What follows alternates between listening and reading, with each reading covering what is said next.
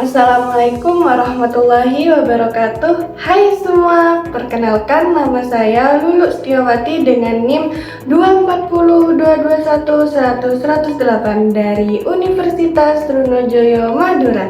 Di sini saya akan mempresentasikan materi mengenai pengambilan keputusan jangka pendek dalam operasi bisnis. Sebelumnya saya ucapkan terima kasih kepada dosen pengampu mata kuliah akuntansi manajemen Bapak Dr. Sultan Shah SEAKMM MAK CA. Latar belakang dari materi ini yaitu dalam menjalankan aktivitas operasional, perusahaan setiap hari menghadapi berbagai keputusan yang harus dibuat secara cepat dan tepat. Contohnya seperti menerima atau menolak pesanan khusus. Pengambilan keputusan yang baik tidak hanya didasarkan pada intuisi saja, tetapi juga harus didukung oleh data biaya dan data pendapatan yang akurat, sehingga keputusan yang diambil memberikan keuntungan yang maksimal bagi perusahaan. Berbicara tentang keputusan jangka pendek, apa sih keputusan jangka pendek itu? Keputusan jangka pendek adalah keputusan yang berkaitan dengan aktivitas operasional perusahaan yang relatif singkat tanpa melibatkan investasi besar. Contohnya seperti apa? Yang pertama, special order discussion, yang kedua, make or buy discussion, dan yang ketiga yaitu menghentikan atau melanjutkan lini produk. Keputusan jangka pendek ini sangat penting karena berhubungan langsung dalam kegiatan operasional sehari-hari perusahaan. Selanjutnya yaitu perbedaan antara keputusan jangka panjang dan keputusan jangka pendek. Seperti yang sudah dijelaskan dalam slide sebelumnya, keputusan jangka pendek adalah keputusan yang berhubungan dengan kegiatan operasional sehari-hari perusahaan dan dampaknya dapat dirasakan dalam waktu yang relatif singkat. Dalam tabel ini sudah jelas karakteristik keputusan jangka pendek. Yang pertama, bersifat operasional. Yang kedua, risikonya relatif lebih rendah. Yang ketiga, tidak membutuhkan investasi yang besar. Dan yang terakhir, dampaknya cepat terlihat. Misalnya, sebuah perusahaan mendapatkan pesanan tambahan dengan harga yang lebih rendah daripada harga normal. Manajemen harus segera memutuskan apakah pesanan tersebut menguntungkan atau tidak. Keputusan seperti ini termasuk dalam keputusan jangka pendek. Jika keputusan jangka pendek berkaitan dengan operasi sehari-hari perusahaan, keputusan jangka panjang adalah keputusan yang berkaitan dengan strategi dan masa depan perusahaan. Seperti yang terlihat dalam tabel berikut ini, keputusan jangka panjang bersifat strategis. Yang kedua, risikonya lebih tinggi. Yang ketiga, membutuhkan investasi yang lebih besar. Dan yang terakhir, yang keempat, yaitu dampaknya terlihat dalam jangka waktu yang lebih lama. Misalnya, perusahaan ingin membangun pabrik baru senilai 10 miliar. Keputusan ini akan memengaruhi perusahaan selama bertahun-tahun, sehingga perusahaan harus mempertimbangkan keputusan ini secara lebih matang.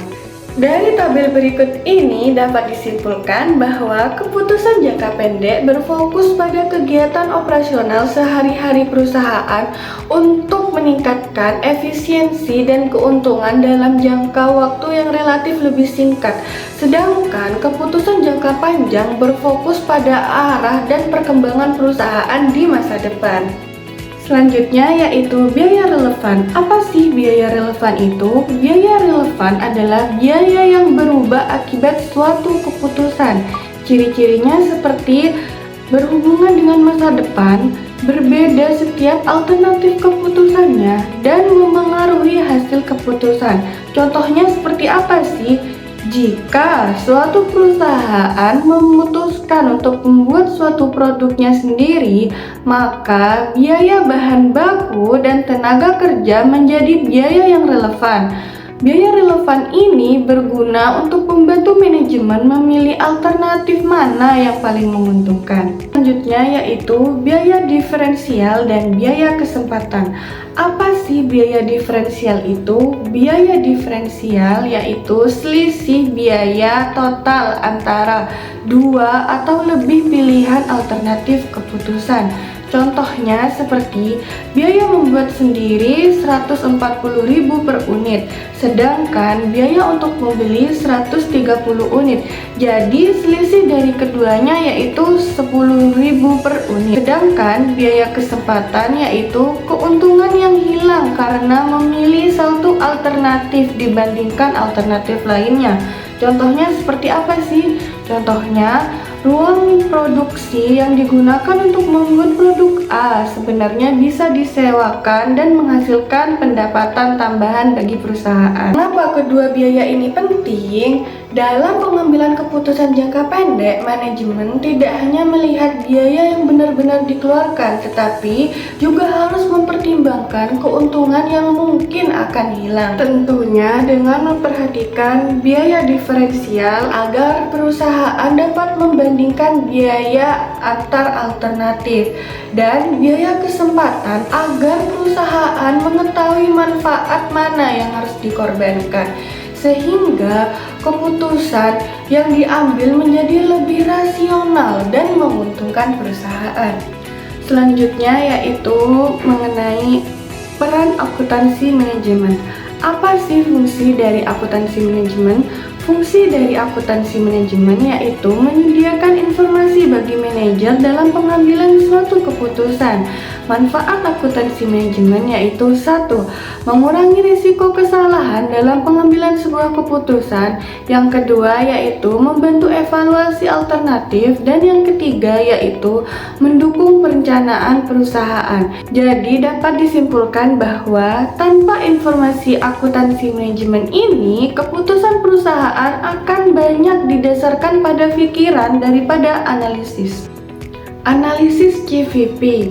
CVP atau Cost Volume Profit yang biasa disebut analisis biaya volume laba adalah metode akuntansi manajerial yang digunakan untuk mempelajari bagaimana perubahan biaya tetap dan variabel serta volume penjualan yang memengaruhi total laba suatu perusahaan. Tujuan dari CVP ini yaitu yang pertama, menentukan titik impas.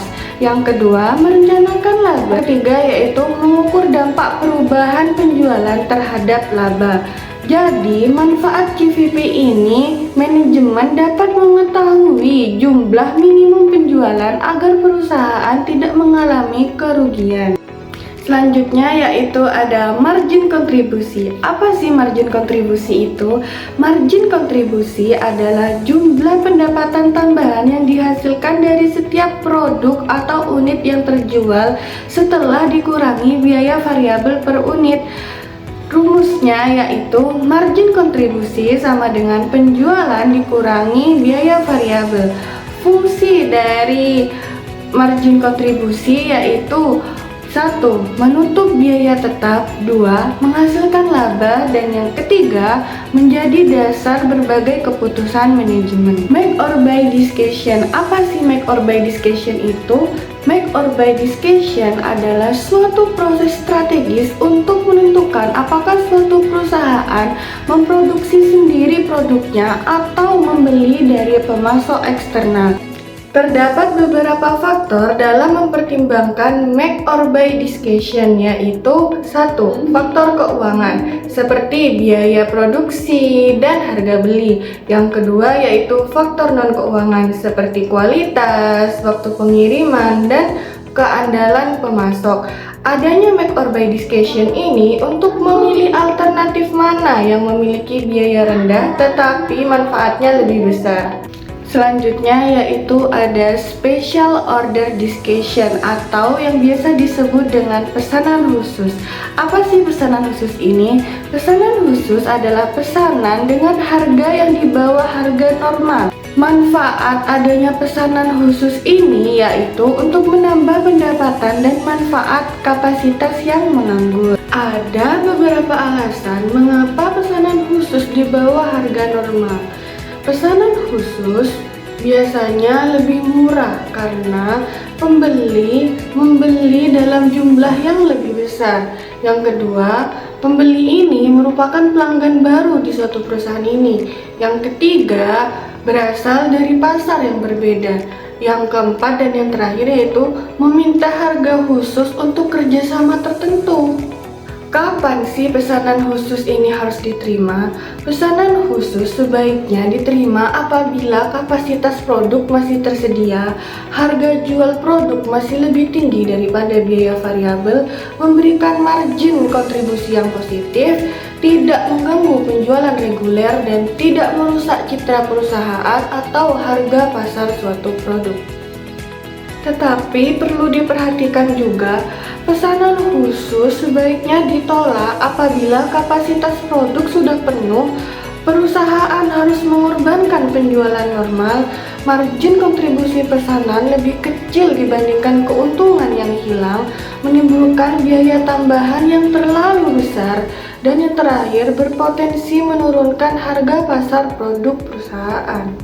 Keputusan untuk menghentikan atau melanjutkan produk adalah keputusan manajemen untuk menentukan apakah suatu produk yang dijual perusahaan masih layak dipertahankan atau sebaiknya dihentikan produksinya. Dalam praktik bisnis, tidak semua produk menghasilkan laba yang sama. Manajemen harus melihat apakah produk tersebut masih memberikan kontribusi terhadap biaya perusahaan. Produk yang terlihat rugi belum tentu harus dihentikan karena mungkin masih membantu untuk menutupi biaya tetap suatu perusahaan. Hal-hal yang harus diperhatikan dalam pengambilan keputusan ini yaitu yang pertama, margin kontribusi produk, dua, biaya tetap yang dapat dihindari, yang ketiga, dampaknya terhadap produk lain, dan yang keempat, dampak terhadap pelanggan. Jadi, dapat disimpulkan bahwa dalam pengambilan keputusan, manajemen tidak boleh hanya melihat apakah produk mengalami laba atau rugi. Yang lebih penting adalah melihat margin kontribusi dan biaya tetap yang dapat dihindari. Jika produk masih memberikan kontribusi yang lebih besar dibandingkan biaya yang dapat dihemat, maka produk sebaiknya tetap dipertahankan. Namun, jika penghentian produk menghasilkan penghematan yang lebih besar dan meningkatkan laba perusahaan, maka produk tersebut sebaiknya dihentikan. Selain faktor keuangan, manajemen juga harus mempertimbangkan faktor non-keuangan seperti hubungan dengan pelanggan, kelengkapan lini produk, dan strategi perusahaan. Tibalah kita pada pembahasan terakhir, yaitu studi kasus. Seperti yang sudah ada dalam slide ini, sebuah usaha roti menjual roti dengan harga 10.000 per buah.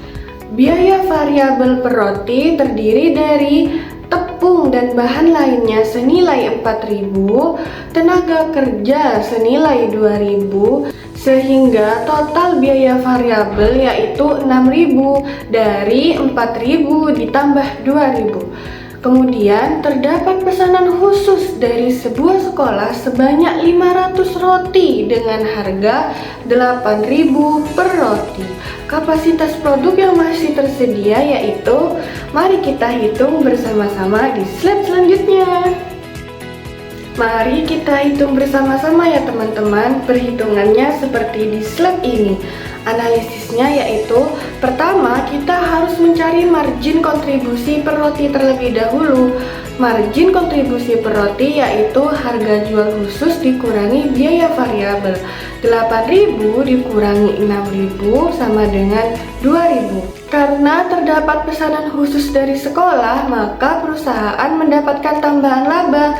Cara menghitung tambahan laba ini yaitu 500 dikali 2.000, hasilnya 1 juta. Jadi keputusan yang dapat diambil oleh perusahaan yaitu pesanan khusus ini diterima karena memberikan tambahan keuntungan senilai 1 juta dan tidak mengganggu penjualan normal perusahaan. tibalah kita pada kesimpulan. Kesimpulan yang dapat diambil dari materi ini yaitu dalam menjalankan aktivitas operasional sehari-hari, perusahaan selalu dihadapkan pada berbagai pilihan yang menuntut pengambilan keputusan secara cepat dan tepat. Ketepatan dalam proses pengambilan keputusan jangka pendek ini sangat krusial bagi keberlangsungan operasi bisnis. Jika perusahaan melakukan kesalahan atau kekeliruan dalam pengambilan keputusan, hal tersebut dapat berdampak fatal seperti terjadinya pemborosan sumber daya, penurunan laba, hingga penurunan daya saing perusahaan di pasar. Mungkin hanya itu saja materi yang dapat saya sampaikan, kurang lebihnya saya mohon maaf. Saya tutup dengan pantun ya teman-teman. Burung irian, burung cendrawasih. Cukup sekian, terima kasih. Wassalamualaikum warahmatullahi wabarakatuh. See you next time.